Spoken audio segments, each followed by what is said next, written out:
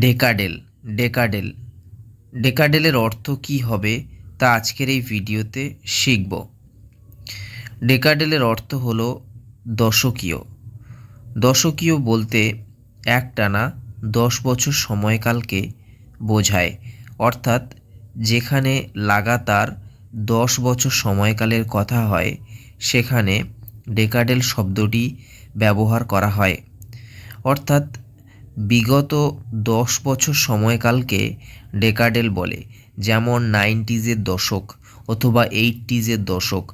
80s দশকের ক্ষেত্রে 1980 সাল থেকে 1990 সাল পর্যন্ত সময়কালকে এক ডেকাডেল। আবার 90s দশকের ক্ষেত্রে 1990 সাল থেকে 2000 সাল পর্যন্ত সময়কালকে 90s ডেকাডেল বলে। এইভাবে বিগত 10 বছর সময়কালকেই ডেকাডেল বলা হয়। চ্যানেলে আরও ভিডিও রয়েছে যেগুলো দেখতে পারেন।